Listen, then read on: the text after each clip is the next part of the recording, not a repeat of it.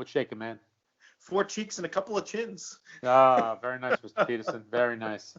Can I get you a beer? Oh, wait, I did get you a beer. You did. You got me my beer. I got you a beer. Did you put it on my tab? I did. Actually, I put it on Oskar Blues tab. You know how we got to pay him? Well, that's true. We got to pay him with a review. Got to do some work. Yeah, exactly. So what we got in front of us here. Go ahead. I'm sorry. You know, the first thing I see when I see this is Oskar Blues? No. I see the fancy can. I know. It's very pretty, right? I like the artwork. This is Oskar Blues, their 2020 Barrel Age series. This is Volume 1, All Monde. You want me to read? Let me read you what's on the box that it came in. So BA20, Volume 1, All Monde. I'm going to say that one more time. All Monde. I feel like the guy, the soccer announcer. Go.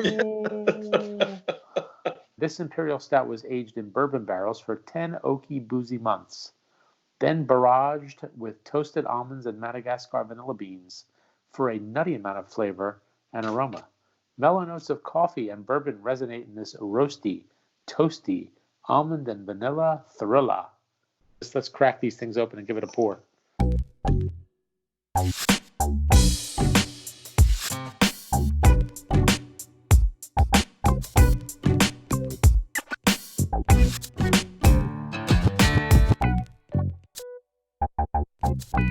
That's a nice looking beer. That is a nice looking beer. Let me just reposition the camera just a little bit just to get the frothiness. Let me just finish off. I'm looking at it and it's like pitch black on the bottom, and then it's got this really nice like tan head of foam. There's a lot of bubbles too. There are bubbles in it. There are nice holes in it. It's nice. Yeah. Speaking of that, we've been making a no knead bread recipe. We've been doing that in lockdown. I probably made like 4 or 5 of these things. But the way this thing works is like after like a 12 or 8, after like an 18-hour rise, the top is just like it says it should be like just a bunch of. It looks like the surface of the moon. It's all craters. Yeah, it's pretty crazy, and that's kind of what the top of this thing looked like. Yeah. It looked like a slow rise bread after like 18 hours of proofing. Let's go in for a nosing. I think so. Oh, it smells good too. But I get like a lot of. What do you get on the nose? I'm getting like a lot of dark fruit. Oh yeah. Like I think you always like to call this like almost barley wine-ish. Yeah, it gets to be a little of that, and you get like the figs, prunes, really rich raisins. Yeah. It's very dark, but I get the vanilla. I get a little bit of vanilla. Not so much like coffee or chocolate though. How about you? Maybe some faint notes of coffee, and a little bit of the barrel. And the foam is just barely gone now. Yeah. Poured off a while ago, so it's really, really well crafted from the outside. Let's go in. Oh, that's a thick beer. That's a lot of viscosity. That's engine oil. That's big. Do you think we let it sit out too long or no? No, I think if we hadn't let it sit out this long, I'm getting a lot of flavor right now. And I found before when we haven't done it quite right, they're almost muted. They taste cold. They don't taste as flavorful. No, they don't. This has a lot of full flavor to it. It's really nice. You know what? Hang on a second. I want to find out what the temperature is of this beer. I'm going to get my thermometer. Hang on a second. No, I'm going to see if this works here. I got my little handy dandy like instant read thermometer here. Here you go. It is at it's going down. I'm at maybe we are at 55 because I'm down to like 57.3, 50. Yeah, it's about 57, 58 degrees. Probably close. Yeah. I mean, I think for some people you want the cold and they're just not used to something not being cold. Right. But I really think this opened up, and I'm getting, again, I know it's in there, the toasted almonds and the vanilla. I'm getting more of that now, and I think if it was colder, maybe it would. No, you wouldn't get any of that. Right. It wouldn't be good.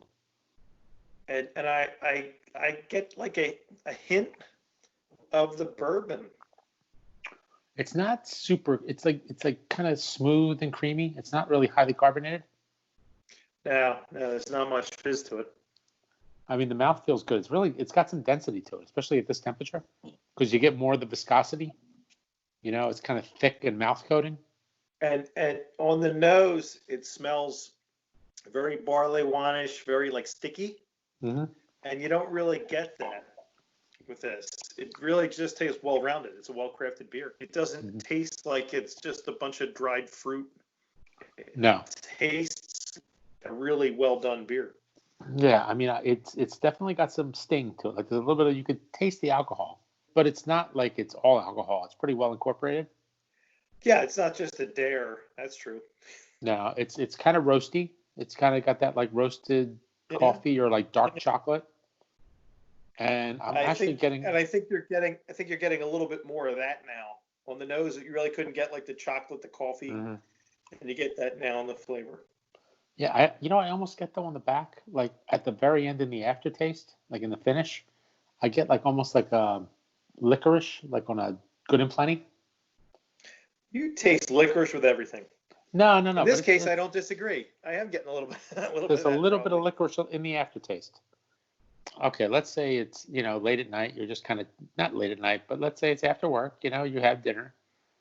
Instead of having like a port or having a sherry or even like a scotch, I could see this as like a nightcap.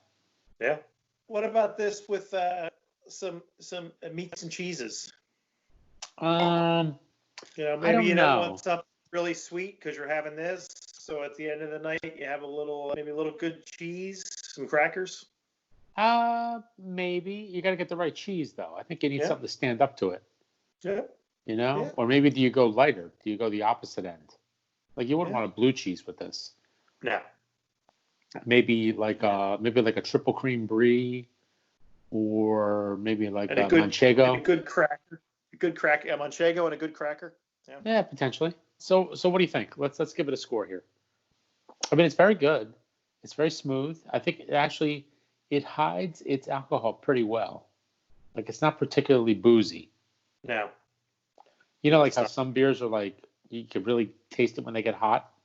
Yeah, they go to the barley wine. They taste more like you're drinking some sort of coffee port as opposed to a beer. Right. I think this is really well crafted. Could you float vanilla ice cream in this? Oh yeah, of course you can. You can make this a float. The beer itself, I like stouts. I like imperial stouts. I always look at the Big Eddy from Line Googles as one of the like a baseline. You got to be able to beat the Big Eddy. Right. This certainly does it. I think the barrel aging helps. I don't taste the alcohol, which is, I guess, good and bad. Yep, but it's a little scary. It's really nice. It's really nice, and it stayed a stout. It didn't become a barley wine. No, it's good. Which to me is a big thing. Yeah, I mean it's a solid beer. It's very good. So why not a name on this one? Yeah, I'd say this is an 88, 89. It's a nice beer. It's very good. It's very, very good. So, all right, we recommend it. We like it. It's got some big taste. It's got some big flavor. Definitely a sipper, not something you want to chug. Though, if you have that kind of iron will constitution, more power to you. Yeah.